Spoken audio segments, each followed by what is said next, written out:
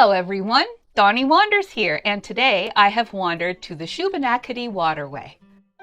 Throughout this series of videos, I'll be joined by my friend, marine historian and Shubenacadie Canal volunteer, Richard McMichael.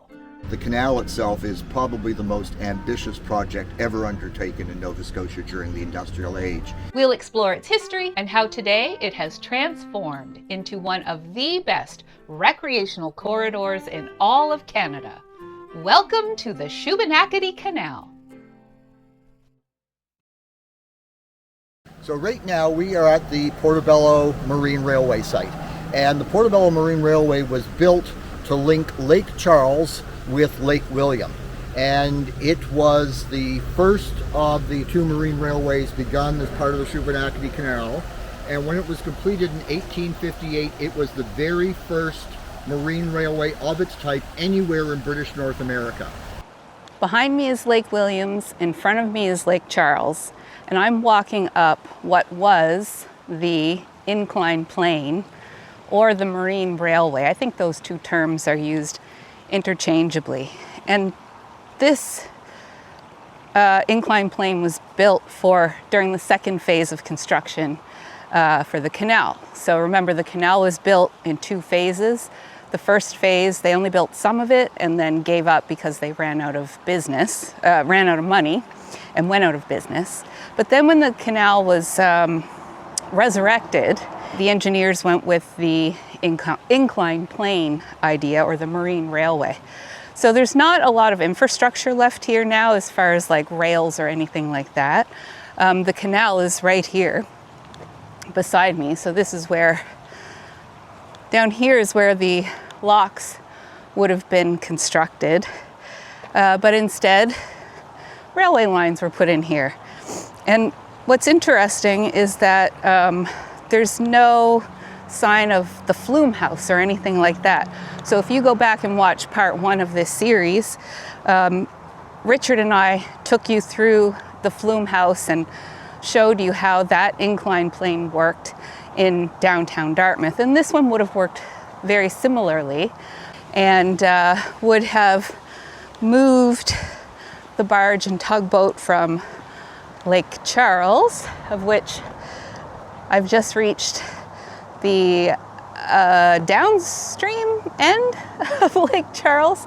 So remember, Lake Charles is the high point of the canal. So water flows both this way and that way out of Lake Charles. It's really kind of an interesting phenomenon.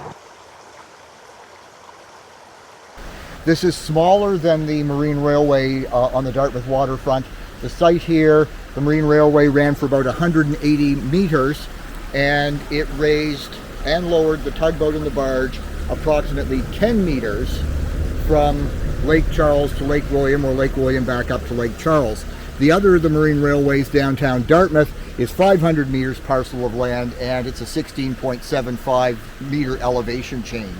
And the original plan on this site was to build two locks. And in fact, the locks were begun in 1828 as part of the first phase of construction of the canal. When the funds ran out in 1831, work on those locks obviously stopped. When the second phase of the canal construction began in 1854, they'd abandoned the idea of the locks here, and they went instead with the notion of the marine railway. And as I say, when it was completed, it was the very first of its kind in British North America. And today you can see the site of the marine railway, and you can also see, if you look right down there, the walls of some of the locks that were begun but not completed. So there's still a lot of industrial infrastructure here. You just have to know where to look for it.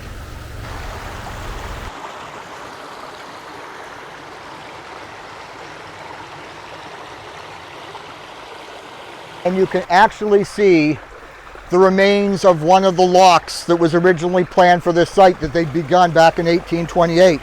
And the way that the two walls curve in indicates that this would have been the entrance into the lock itself. And it was built using blocks from the local community. Nothing fancy, but as I say, it was started, never completed, because they abandoned the idea of the locks here, and they went instead with the notion of the inclined railway, which runs parallel to this site.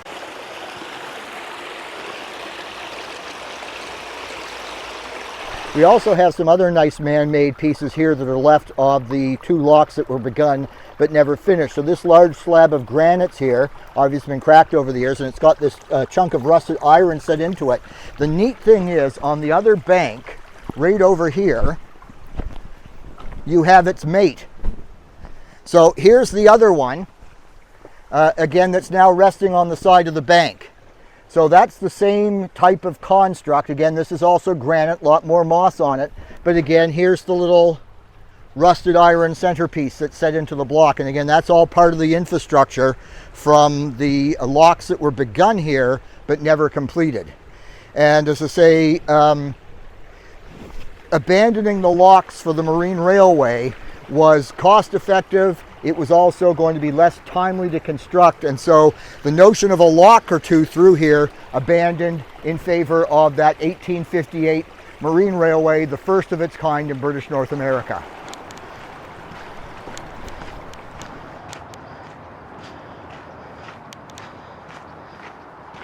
This stone wall, dry stone wall, was built as part of the infrastructure for the locks that were begun on this site back in 1828. The locks were never completed. The wall was completed, and it still forms part of the site here at the Portobello Incline Railway. And it is one of the more obvious things that you stroll through here that you're going to see on the site. And as I say, it's a magnificent example of know-how and ingenuity during Nova Scotia's industrial age. It's not steel, it's not metal of any kind, but it is a really nice example of the infrastructure work that was involved in the creation of the canal.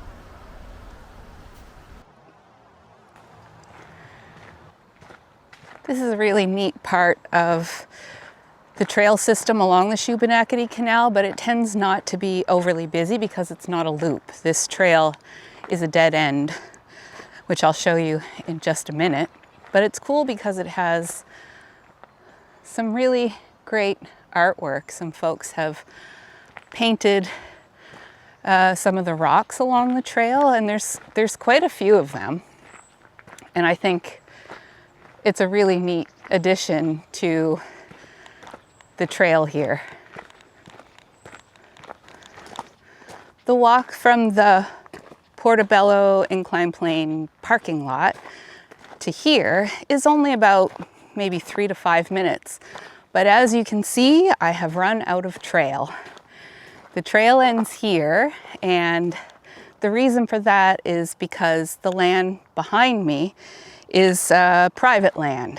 So there is another trail, the end of which is about 1 kilometer that way. It's called the Lake William Trail. And at some point, I am hoping that those two trails, this trail and that trail, can be connected into one. But for the time being, that land is held privately. And I know that the Canal Commission would love to see the trails connected, and hopefully one day they will be connected.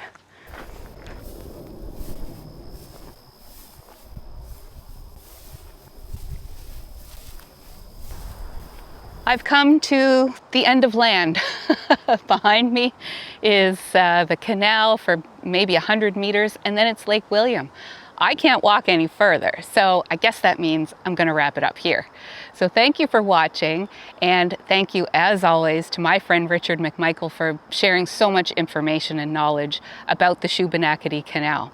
If you're enjoying this series, don't forget to subscribe to my channel. There will be at least one more, but maybe a couple more videos in the Shubenacadie Canal series. I'm not really sure yet, because as I'm putting these videos out, I'm still editing the next ones.